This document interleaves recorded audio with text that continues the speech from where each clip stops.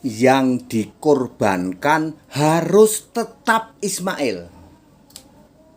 Saya Pendeta Henry Tandianta, Master of Bibliology Studies, memberi edukasi meluruskan dalam bingkai toleransi, saling menghargai, saling menghormati. Saya ditanya ini ya, sesuai dengan tema hari ini. Hari ini kan kita libur nih. Libur hari apa, Pak? Libur kurban, hari raya kurban.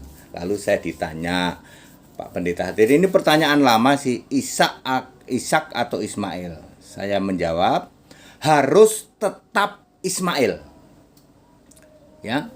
Kalau Anda ganti Ishak nanti sama dengan Kristen. Gimana Pak Dede? Harus tetap Ismail. Kalau Anda ganti Ishak nanti sama dengan aslinya dengan Kristen. Ya. Pak Pendeta HTD, Ibrahim mempersembahkan anaknya ini kisah asli atau kisah bikinan? Kisah asli. Ada di mana? Ada di Alkitab. Di mana Pak HTD? Kejadian 22 ayat 2. Asli, seli. Bagaimana kata-katanya Pak? Wahai Ibrahim, ya bawalah ke gunung sana ya. Anakmu yang tunggal yaitu Ishak. Jelas disebut Ishak. Oleh siapa? Oleh Yesus. Yesus apa Pak? Yesus Allah, Yesus Yahweh. Kalau Kristen itu tegas. Jadi siapa yang menyuruh Nabi Ibrahim membawa itu anak, disebut anakmu yang tunggal masih kecil, ya, ke gunung itu? Siapa yang nyuruh? Yesus. Tegas kan kalau Kristen itu? Ya. Jadi Anda yang hari ini ya, saya dalam edukasi ya, edukasi toleransi ya. Anda yang hari ini merayakan itu ya, yang dikorbankan harus tetap Ismail. Kalau Anda ganti Ishak nanti sama dengan kisah asli di Alkitab. Kenapa harus tetap Ismail Pak HTD? Sebab ya, satu ada tiga kita mengalir saja 3 apa 4 alasan ya. Satu, ya, memperingati Ibrahim mengorbankan anaknya itu nggak ada.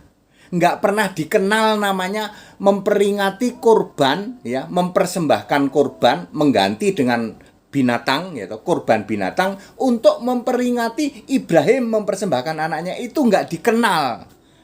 Memperingati seperti itu nggak dikenal, ya. Kisah Ibrahim mempersembahkan anaknya ya, itu tidak dikenal, diperingati, disuruh diperingati, nggak ada ya. Kalau Anda ganti ya, ganti Ismail dengan Ishak, maka Anda nggak memperingati. Justru karena Anda tetap pakai Ismail, maka Anda memperingati ya. Sebab kalau pakai kisah asli Ishak, nggak ada itu memperingati seperti itu. Alkitab cuma mengenal 5 kurban, 4 diantaranya pakai binatang, 4 ya, gini deh, 4 pakai binatang, 1 pakai makanan, yaitu kurban bakaran, kurban sajian nggak usah karena itu pakai makanan, pakai tepung ya. Lalu kurban keselamatan, lalu kurban bakaran, keselamatan, lalu penebus dosa dan penghapus salah. Kebalik nggak? Penghapus salah, penebus dosa. Iya betul. Penebus dosa, ya itulah ya. Ada 4 ya. Tidak mengenal kurban memperingati Ibrahim. Jadi alasan pertama, jangan dirubah, tetap Ismail ya. Kalau Anda rubah jadi Ishak, nanti sama dengan Alkitab kisah asli ya, atau kisah asli seli ya. Jadi Anda harus tetap Ismail. Pak Tidi ini sebenarnya menjelasin tapi ya. Yang pertama harus tetap Ismail supaya apa? Supaya kalian merayakan. Ya. Yang kedua, supaya, saya mesti ngomong apa ya? Logis enggak ya? Harus tetap Ismail. Supaya jangan logis seperti kisah asli. Ketika Ibrahim mempersembahkan anaknya, umur Ismail berapa? Ayo, 26 tahun. Karena Ishak disebut anak itu pasti di bawah 12 tahun. Israel itu menyebut seseorang itu anak itu di bawah 12. Selisih Ishak dan Ismail berapa? 14. Berarti Ismail sudah umur 26 tahun. Sudah jenggotan, sudah kumisan, sudah rambutan. Lalu diikat tangannya gini, mau disembelih. Jangan diganti, Pak. Kalau diganti nanti kisahnya jadi logis. Logis dong. Ishak diikat tangannya lalu mau diletakkan di mezbah lalu mau disembelih. Kan dia masih 10 tahun, 11 tahun, belum sampai 12. Logis, Pak. Jangan diganti, biarlah tetap Ismail yang sudah rambutan, jenggotan, kumisan, umur 26 tahun, mungkin juga sudah menikah, diikat lalu mau dipersembahkan. Jadi jangan diganti, Pak, tetap Ismail. Ya. Kalau Anda ganti pakai Ishak menjadi logis. Ya anak masih belum tahu apa-apa, masih kecil. Sini diikat mau. Lah jenggotan, kumisan, rambutan. Ya. Apa mau 26 tahun Anda ikat gitu? Jangan diganti. Nanti kalau diganti kisahnya jadi logis. Yang ketiga, jangan diganti karena bapaknya yang mempersembahkan itu orang Arab. Ibrahimnya orang Arab, makamnya ada di Arab. Kalau kamu ganti, nanti Ibrahim itu orang Ibrani, makamnya ada di Makpela. Jangan diganti, tetap Ismail. Karena tetap Ismail, maka bapaknya namanya Ibrahim, ternyata Ibrahim orang Arab. Buktinya dimakamkan, makamnya ada di tanah Arab. Silahkan Anda berkunjung ke Arab. Di situ ada makam Ibrahim. Kalau Anda ganti Ismail diganti Ishak, nanti makamnya ada di Makpela. Kejadian 25 ayat 17. Ismail yang asli itu dimakamkan di Makpela. Ibrahim yang asli dimakamkan di Makpela, Hebron, Yerusalem, Israel. Jadi Ibrahim sama Ismail yang asli Alkitab itu makamnya ada di Makpela. Jangan Anda ganti. Kalau Anda ganti jadi makam Ibrahim yang di Arab itu siapa? Ismail yang di Arab siapa? Ya, itu Ibrahim Arab, Ismail Arab. Biarkan tetap begitu. Jangan diganti. Ya. Apalagi ya? Ya kepada Anda yang sudahlah nanti lihat di description-nya. Saya ada description-nya nanti di komen ya. Silahkan Anda melakukan itu ya, merayakan itu, tapi tidak usah dihubung-hubungkan dengan Alkitab. Sebab merayakan Ibrahim mempersembahkan anaknya sama sekali tidak ada perintah Alkitab. Suruh mengingat, setahun sekali diingat tuh nggak ada. Ya, dulu zaman perjanjian lama Ibrani 9 ayat 28 menulis bahwa setiap tahun sekali mempersembahkan korban, segala korban itu, mulai dari korban bakaran, korban keselamatan, ada juga korban sajian ya, kemudian korban penebus dosa dan penghapus salah ya. Itu dilakukan dengan memotong binatang, kecuali korban sajian ya. Udah nggak ada yang kayak gitu. Tidak ada sama sekali perintah untuk memperingati Ibrahim mempersembahkan atau mengorbankan Ismail. Anda yang memperingati harus tetap Ismail. Tidak boleh diganti dengan Ishak. Terutama tadi di poin kedua ya. Nanti kalau Anda ganti pakai Ishak menjadi logis. Anaknya masih kecil, diikat, ditaruh di mezbah mau disembelih. Logis. Lah ini Ismail sudah jenggotan, kumisan, rambutan. Ya, udah umur 26 tahun lalu diikat. Sini Ismail tak ikat, tak persembahkan di dalam mezbah. Anda jangan ganti supaya Anda tetap pakai Ismail. Nanti dimakamkan di Arab. Buktinya faktanya Ismail ada di Arab. Ismail yang asli ada di Makpela, ada ayatnya. Ya, Kejadian 25 ayat 9 dan 17. Lalu yang mana, Pak? Di sini ada Ismail, ada Ibrahim lagi. Di sana jelas Alkitab menulis. Ya, Kejadian 25 ayat 9 dan ayat 17.